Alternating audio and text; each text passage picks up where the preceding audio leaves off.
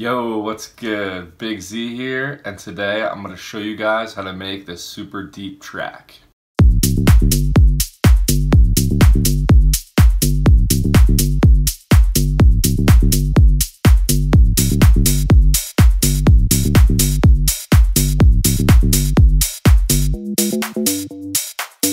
So that is my remake of All Night by Example. It's a super deep track. Obviously it's just one bass sound, but it's a really cool bass, so I wanted to remake it and show you guys how I remade it and what kind of processing I put on there.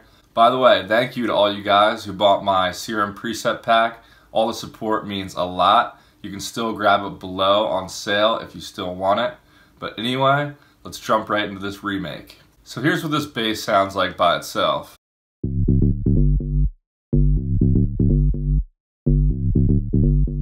I just love this sound. It's a certain wavetable in Serum that sounds really good for deep basses. It's called FFT Add Seconds. It's in the digital section right here. And I just moved the wavetable position up a little bit to about 89.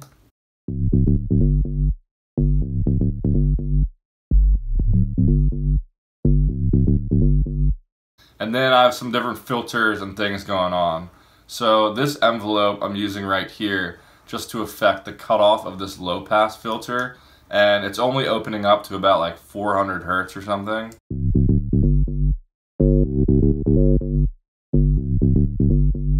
So that'd be cool if you automate that. You could do like a macro right here and automate it throughout a track.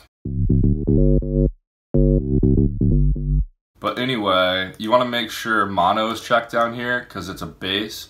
And this is also 3 octaves down, this oscillator, just because it's a really low sound. And then over in the effects section, I just have some tube distortion, and then some compression, and then another filter, because if you add distortion onto a sound, it's going to add some higher frequencies that you might not necessarily want, and that's why I have an extra filter on here. For example, if I just keep the distortion on, you can see it adds a lot of higher frequencies. That's why I put this filter here.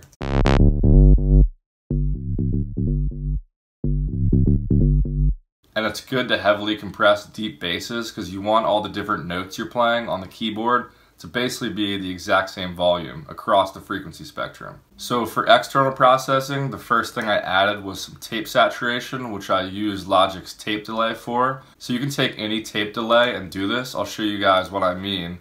So here's like the initial tape delay preset that they give you. So you want to turn tempo sync off, turn the delay time all the way down, turn the feedback all the way down. Now with this low cut and high cut section, you can kind of control where you want the saturation to occur. So I'm going to turn the dry up all the way and mix in the wet. So I want to bring this down to like 150 hertz for now, but I can change it later. You can kind of hear how it makes all the frequencies 150 hertz and up pop a little bit more in the bass.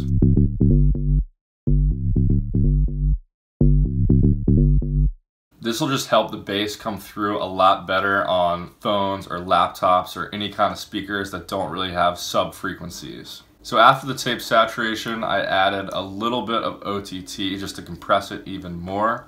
And then I have some multi-band compression that I really just added during the mixing stage to tame some of these frequencies a little bit and compress it even more. But you can see in this chart right here, it's really only compressing it like a decibel more. Then at the end of the drop here, it's just this little part that is an octave above that other part. It's the same exact bass sound. Except the only thing that's different is the cutoff of this filter is just opening a little bit more than the other sound. And I'm also cutting everything off below like 150 hertz with this EQ. Anyway, the presets are down below if you want them. I'll play the full remake again at the end of the video. Make sure to follow me on Instagram and Spotify below. And other than that, I'll catch you guys next time. Peace.